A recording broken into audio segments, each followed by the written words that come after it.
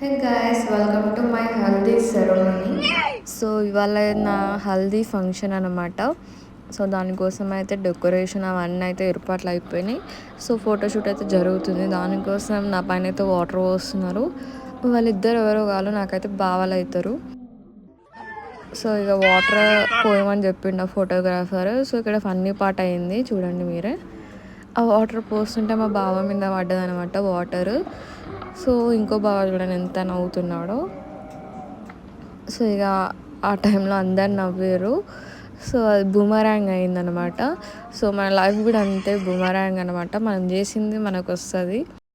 So next అయితే photoshoot అయితే అవుతుంది. నా ఫోటోషూట్ అయిపోయిన తర్వాత ఇంకా మొత్తం ఫ్యామిలీ మెంబర్స్తో ఫోటోషూట్. సో ఇదన్నమాట మన హల్దీ. సో లైఫ్లో ఒక్కోసారి వస్తుంది మనకి హల్దీ, మ్యారేజ్ అనేది. So best part of our life అనమాట.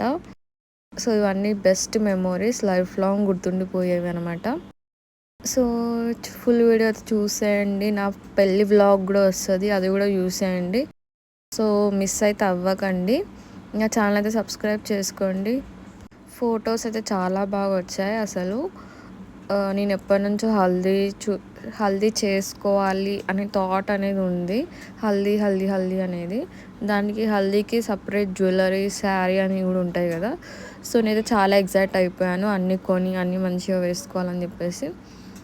సో ఫైనల్లీ హల్దీ అయితే అయిపోయింది. ఇంకా నెక్స్ట్ రేపైతే నా మ్యారేజ్. సో మ్యారేజ్ బిఫోర్ అయితే హల్దీ చేస్తారు కదా.